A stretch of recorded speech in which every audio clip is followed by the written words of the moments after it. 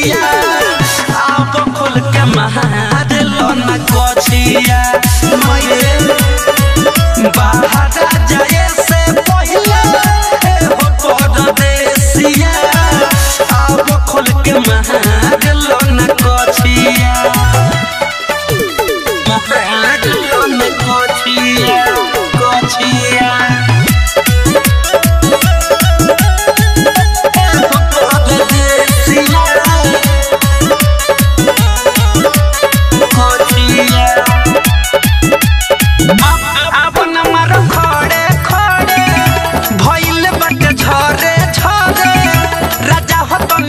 मजबूरी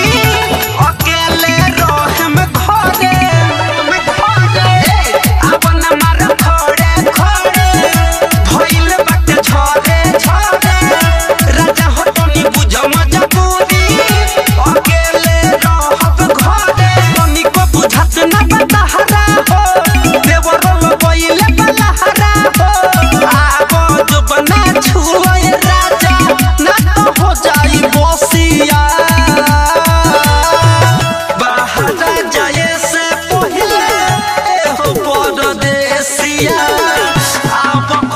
महाद लोना कोचिया राजा हो बाहर जाए से पहले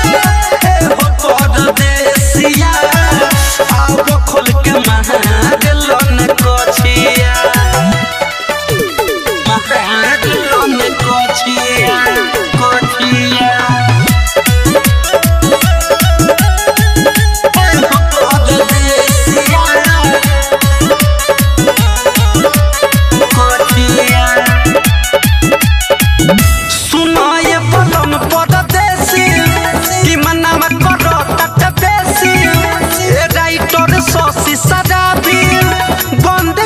चढ़ जाना ऐसी सुना ये बलम परदेसी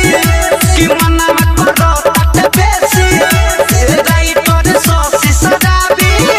बंद करके चढ़ जाना ऐसी सुना नदी तसलाल हो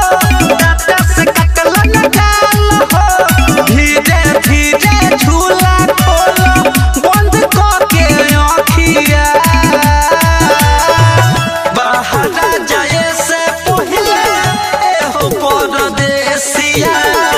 आप खोल के महाद लोना कोचिया